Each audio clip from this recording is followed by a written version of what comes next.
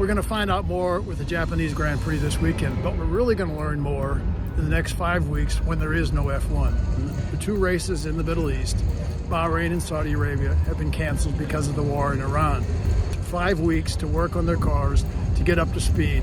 The other day, Max Verstappen from Red Bull said, "We're at Suzuka for the Japanese Grand Prix, the third race of the year. Two things are very clear so far in F1. Two teams are dominating, Mercedes and Ferrari. Mercedes has won the first two races. Ferrari has been third and fourth. Something else is also very clear. Two teams that dominated, Red Bull and McLaren, are struggling with the new regulations with engines and chassis in F1. We're going to find out more with the Japanese Grand Prix this weekend, but we're really going to learn more in the next 5 weeks when there is no F1. As everyone knows who follows F1, the two races in the Middle East, Bahrain and Saudi Arabia, have been canceled because of the war in Iran. That will give teams 5 weeks to work on their cars to get up to speed. The other day, Max Verstappen from Red Bull said that's an ideal time for all the teams to retest and figure these new cars out going into Miami on May 3rd.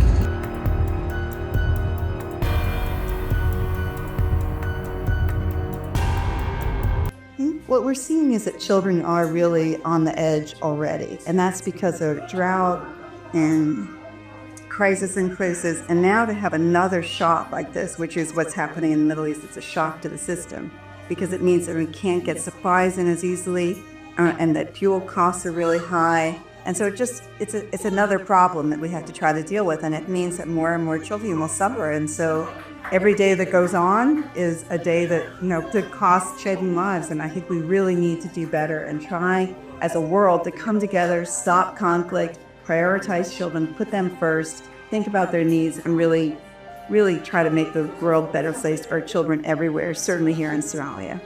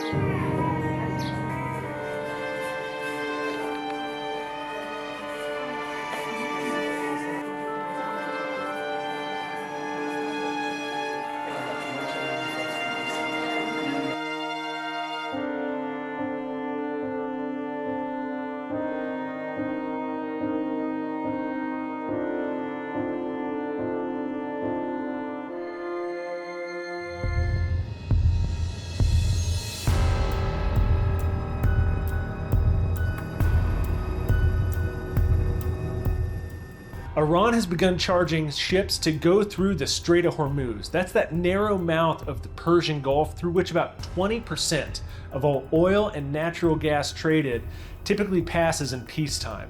But as the war with Iran, Israel, and the United States grinds on, Tehran has used its attacks in that area to basically close it off to other shipping.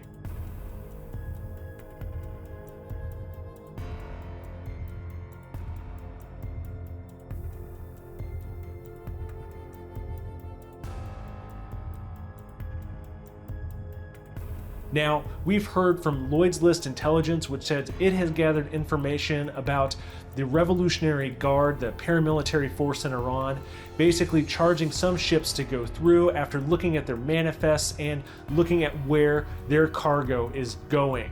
We also heard from the Secretary General of the Gulf Cooperation Council. That's a 6-member Gulf Arab bloc in this region. He said that Iran was charging ships to go through, saying that that was against United Nations regulations about freedoms on the sea, and much of the international community has viewed the Strait of Hormuz as an international corridor to do trade, even though it is in both the territorial waters of Iran and Oman. We've also heard from the Iranians. They say that their parliament is coming up with a law to basically enshrine these tolls into law. This likely is a step too far, both for the Gulf states as well as the United States, which has insisted that the strait must be open as a prerequisite for this war to end.